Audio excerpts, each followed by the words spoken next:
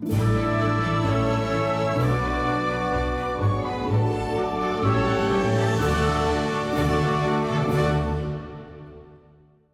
afternoon and welcome to the award show for Class J 70 Years of Formula One at the Concours Virtual in aid of UNICEF and presented by Haggerty.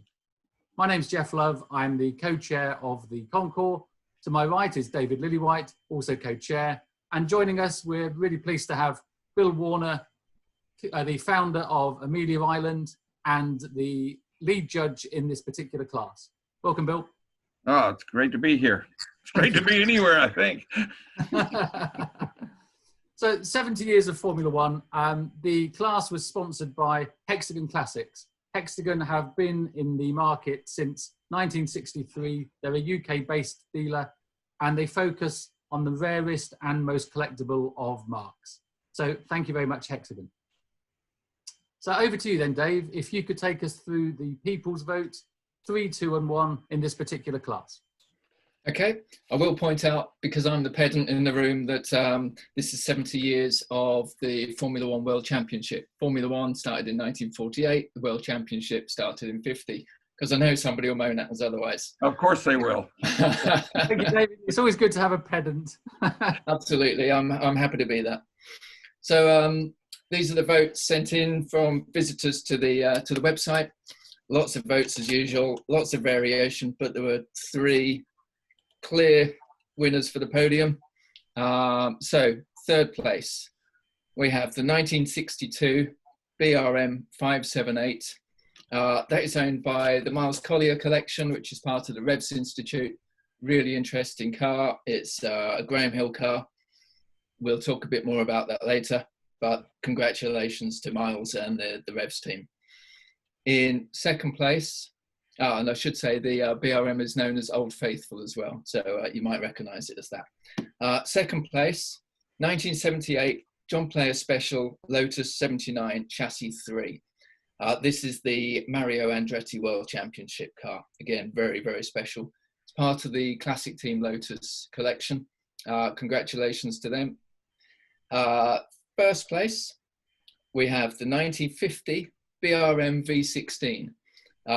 Very famous car. This was driven by Juan Manuel Fangio, and it's part of the National Motor Museum at Bewley in Hampshire, UK. So that is on display there. Big congratulations to them. First place in the people's vote.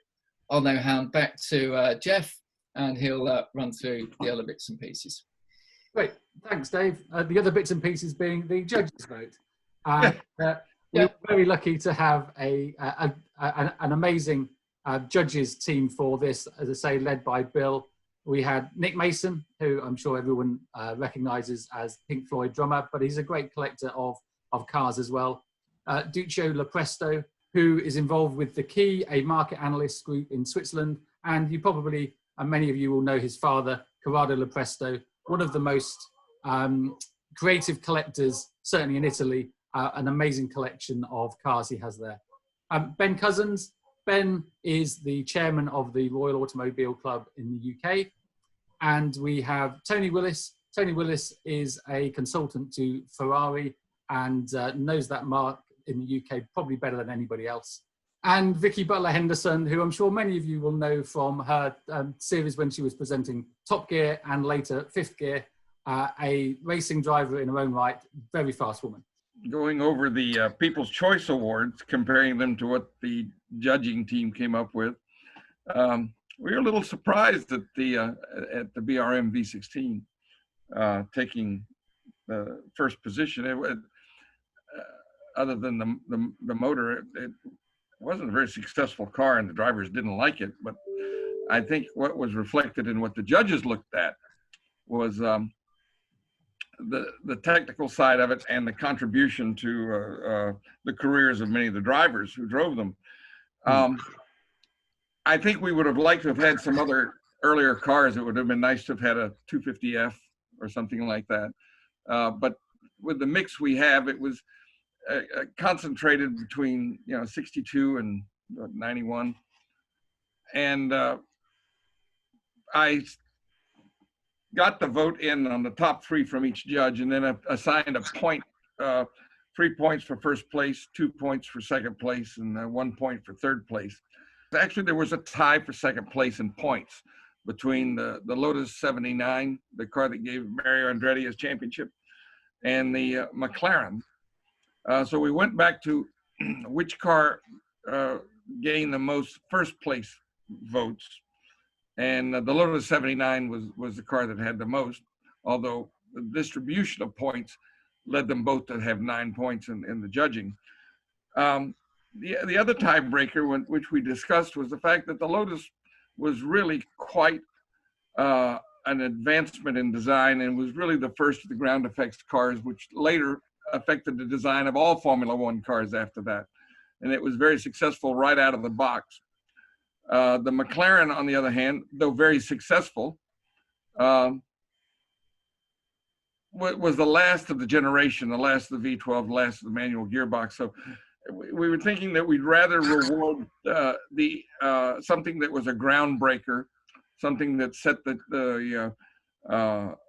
set a standard for later designs, and the Lotus came out on over the McLaren.